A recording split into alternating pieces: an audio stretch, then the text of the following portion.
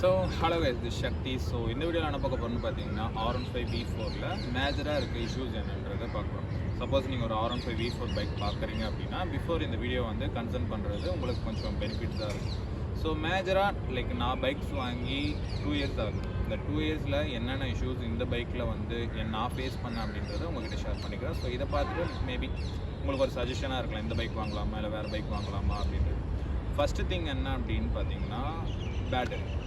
So நான் bike எடுத்து ஒரு வித்தின் 8 மந்த் ஆர் 1 இயர்லேயே பார்த்தீங்கன்னா பேட்ரி வந்து சுத்தமாக டவுன் ஆகிடுச்சு. ஸோ அது எதனால் மெயின் ரீசன் பார்த்தீங்கன்னா இதில் ப்ளூடூத் டிவைஸ்னு ஒன்று டிஃபால்ட்டாக வந்து வரும்.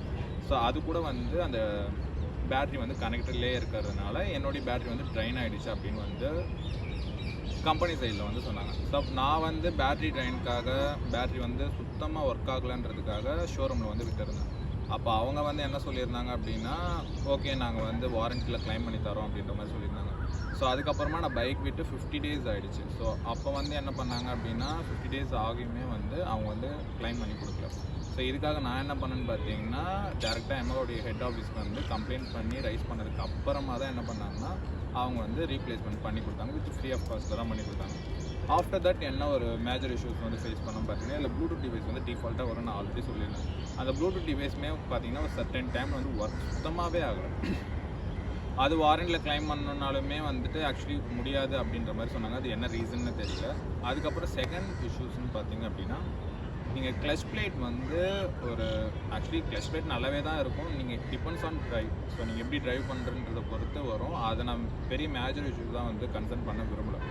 அண்ட் தென் பார்த்தீங்கன்னா ஒரு 2.15 ஆர் 25 லேக்ஸ் கொடுத்து இந்த பைக் வாங்குகிறோம் அப்படின்னா ஸோ ஃபஸ்ட்டு திங் இண்டிகேட்டர் வந்து இன்னுமே கொஞ்சம் குவாலிட்டியாக கொடுத்துருக்கலாம் அப்படின்றது என்னுடைய கன்சர்ன். ஏன்னா இப்போ இதில் பார்த்தீங்கன்னா வந்து நான் மாடிஃபை தான் பண்ணி வச்சுருக்கேன்.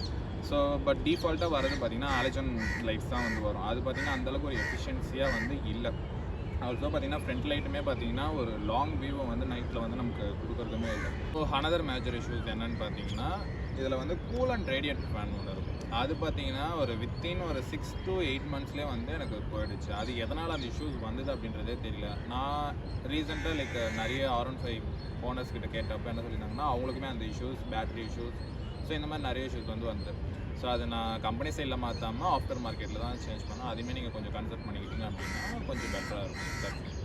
ஸோ இதெல்லாம் தான் வந்து நான் வந்து உங்களுக்கு சொல்லணும் அப்படின்னு நினச்சேன். ஸோ வீடியோ பிடிச்சிருந்தது அப்படின்னா சப்ஸ்கிரைப் பண்ணிக்கோங்க, பிடிச்சிருந்தா மட்டும் சப்ஸ்கிரைப் பண்ணிக்கோங்க. ஸோ நெக்ஸ்ட்டு என்ன மாதிரி வீடியோஸ் வந்து அப்லோட் பண்ணலாம் அப்படின்றதையும் நீங்கள் வந்து சஜஷன் பண்ணுங்கள், ஆல்சோ கமெண்ட்டும் பண்ணுங்கள்.